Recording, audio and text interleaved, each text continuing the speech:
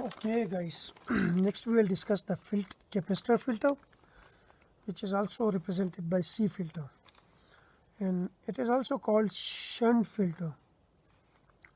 Now I will consider a full wave rectifier circuit, and I will introduce the capacitor filter in this full wave rectifier circuit. So here we have the full wave rectifier circuit. Here this is the diode D1 and this is the diode T2, and here we have the central tape transformer. These are the secondary coil and these are the primary coil, and here we have the load resistance RL. So this circuit is equivalent to, if I consider what we discuss in the half wave rectifier. In the half wave rectifier we discuss it like this.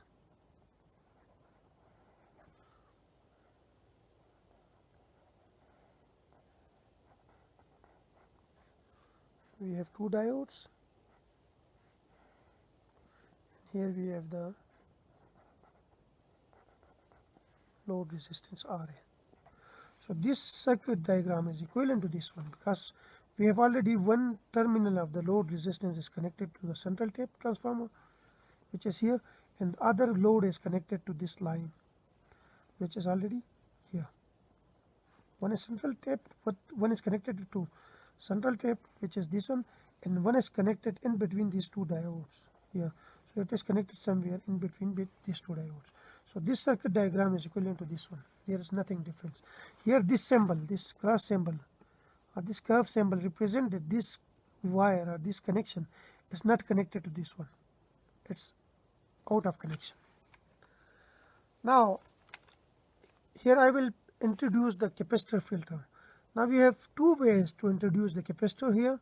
One is to connect the capacitor in series with this load resistance, and the other one is to connect the capacitor in parallel combination with this resistance. Suppose I am connecting this capacitor C in series combination. This is capacitor C. Now current after passing through this full wave rectifier I.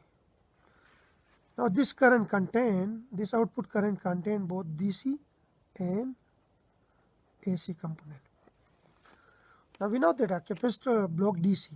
So once this current reach here, then this capacitor block DC. So the DC component of the current will not pass through this capacitor to this side. It will allow AC. So the AC component of the current will pass through this capacitor. So in the output we have AC component only, while the DC is blocked here, but our requirement is that the output should be DC, pure DC. So we cannot connect the capacitor in series combination with the load resistance. So it means that the only possibility for the introduction of capacitor filter or the introduction of capacitor in this circuit is to connect it in series combination, parallel combination, sorry.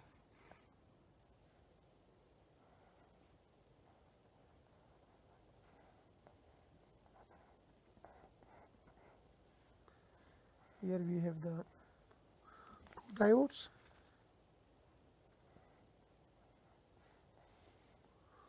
Here we have the load resistance RL, and now I am connecting it, the capacitor, in parallel combination with load resistance. This is the capacitor. This is diode D1 and this is diode D2. This is the secondary coil, this is S1 and this is S2. Now suppose the output of this is the input voltage given here, V input, and here we have the output. The output is like this. This is a full wave rectifier, so the output will be like this. This is without capacitor, introduction of the capacitor. Now once we introduce the capacitor, then what will happen? We will discuss that now. Now suppose we introduce the capacitor here, and let's suppose during the first positive half cycle of the input voltage. What will happen?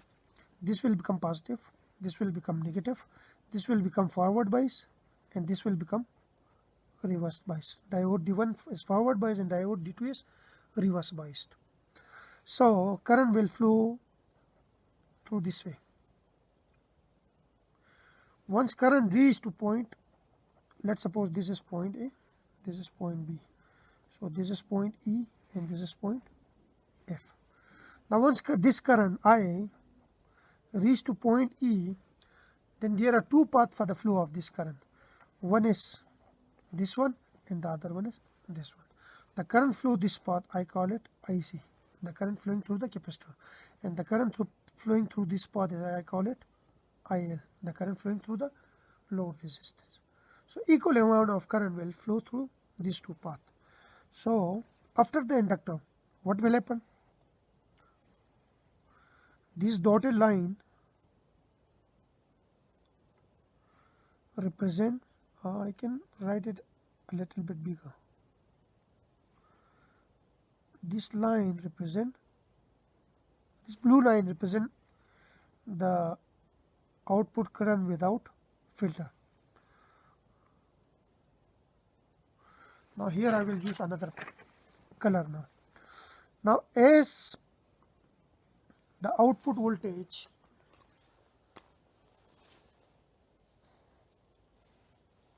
increases, because we have the output voltage is this one. As the output voltage of positive half cycle increases, here in the load resistance RL, the output voltage also, or the output signal also increases. And similarly, this current is flowing through the capacitor, so this capacitor also getting charged. So on this plate the positive charge appeared, on this plate negative charge appeared. Now as the output voltage, output current, output voltage V, input voltage, sorry, reaches to its maximum value, then this output voltage also reaches to its maximum value. And when Vn reaches to its maximum value, then the maximum value is Vm. This capacitor is also getting charged, fully charged, and the voltage of the capacitor, which is Vc, I represented by Vc, is now also become equal to Vm when this voltage reaches to this point. So this is the voltage across point E and F. Now as the voltage, input voltage decreases in the positive half cycle, like in this way, as it decreases, then what will happen? Such that this value, which I call it Vn1, here the voltage, here I call it Vi1, input voltage at point 1. So what will happen? Here the capacitor voltage is Vm, which is constant because the charges are still on the capacitor. So its potential, its voltage is same. The voltage between these 2 points is remain the same. But as this one is decreasing, so this V input voltage at this point is smaller than Vc, this Vc. So what will happen? Now this is positive now, and this is also positive. So the potential means that the potential of point E, which is Vm, and the potential of point A, which is now Vi1, and we know that Vi1 is less than Vm, this Vm, a Vc. So the potential of point E become greater than the potential of point A.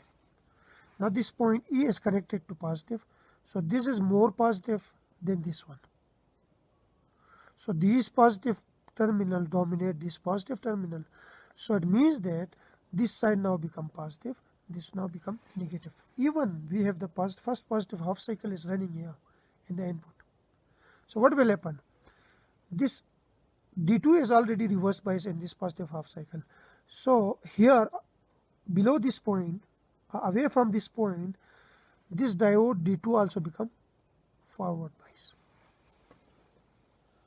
So the current from the input source is now stopped. Why? Because both the diodes are reverse bias. Now this is a reverse bias because here we have the negative polarity, and this is reverse bias because this positive dominate this positive. Now once the current is stopped here, then what will happen? Now the capacitor charged through diode D1 or diode D1. Now the capacitor start discharge, and during this discharge the current now flow in this way. Once the current reaches to point E, then there are two paths for the flow of current. One is this path and one is this path. But the current cannot flow this path, through this path, because this path, this diode is reverse bias, so this path behave like an open circuit. This is already open.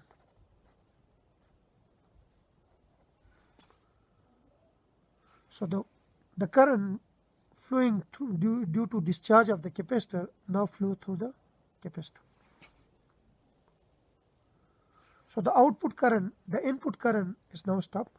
So the output current is due to discharge of the capacitor, and it is discharging, it does not goes to zero. So the discharging current is like this. Now let's suppose the input voltage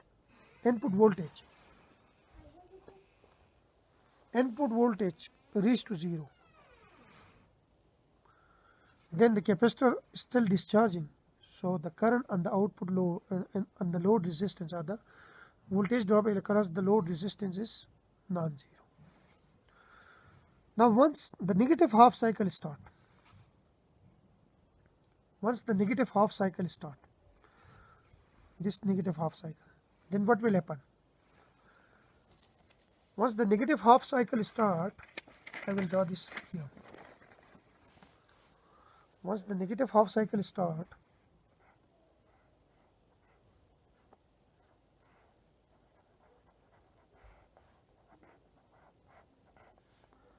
so I will draw the same figure here.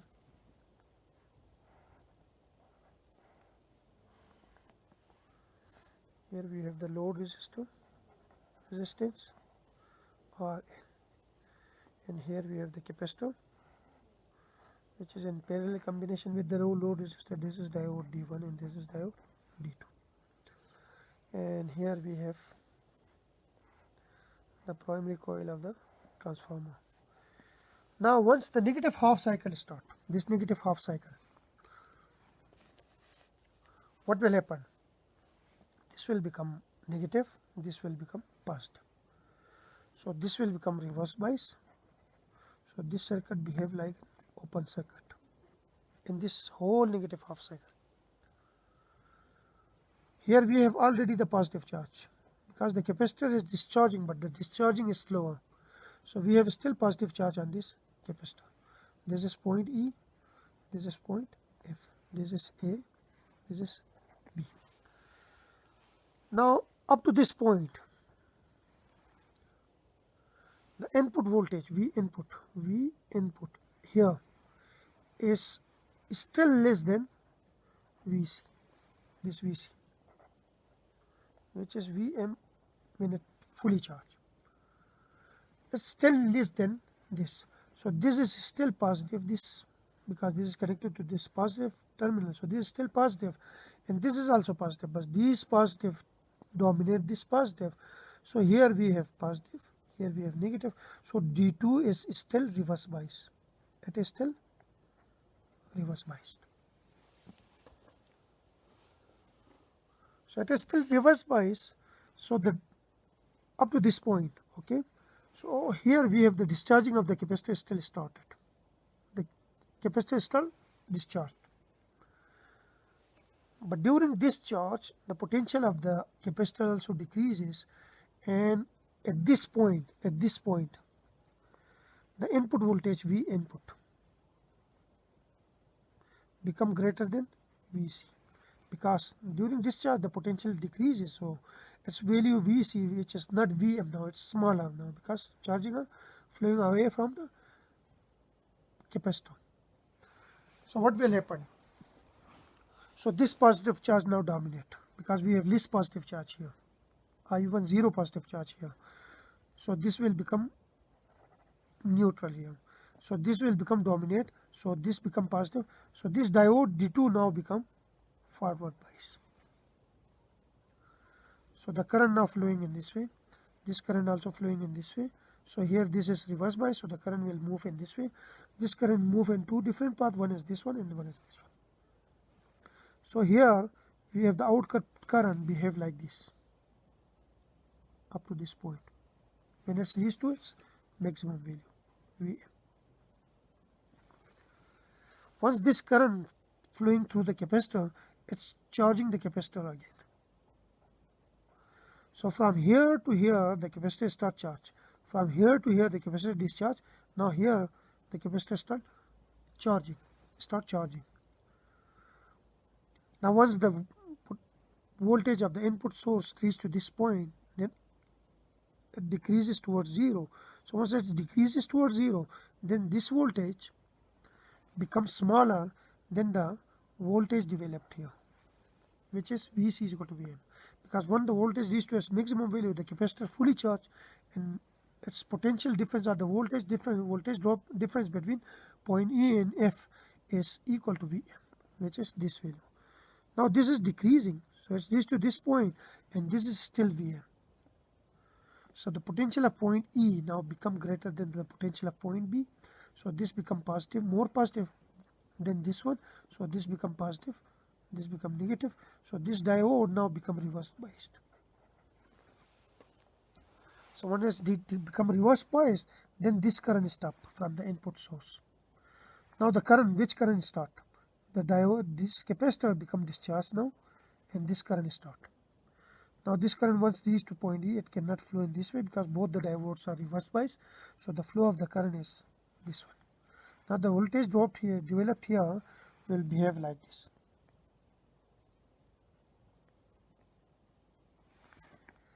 Up to this point.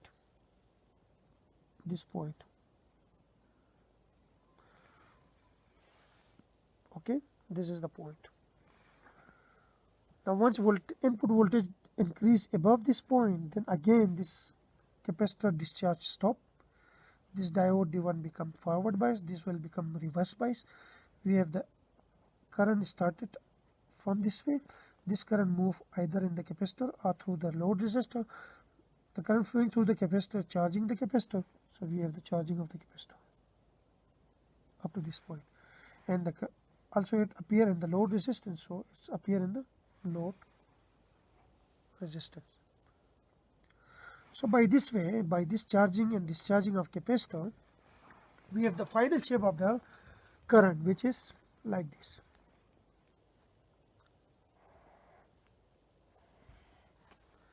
Here I will plot the initial current.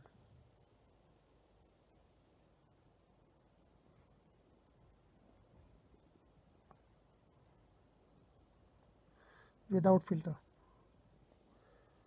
This dotted line current represent the current without filter. Now once filter is inserted in this circuit, then the current behave like this. Get charge and then discharge. Capacitor get charge in this way, and then again it discharge. It gets charge and then again it discharge. It gets charge and then again it's discharge. It got charge and then again it's discharge. So this shape, this one,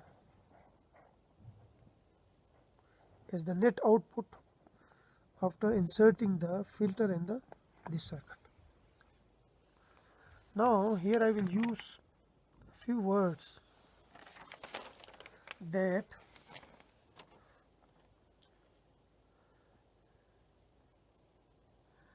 this charging and discharging process is continuous, so the net output signal due to introduction of capacitor is filter is shown in this figure.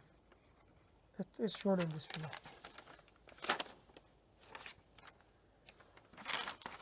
So the ripple or the AC component now decreases to a much extent now. Before the AC component was this one, this dotted line. This was the pulsating current. Now the current will behave like this. There is still variation, but the variation is very small. So it's almost look like a constant current. So we use a filter. Due to that filter, the ripple were removed from the output of this rectifier, and we have a power, not power, but approximately power DC current in the output.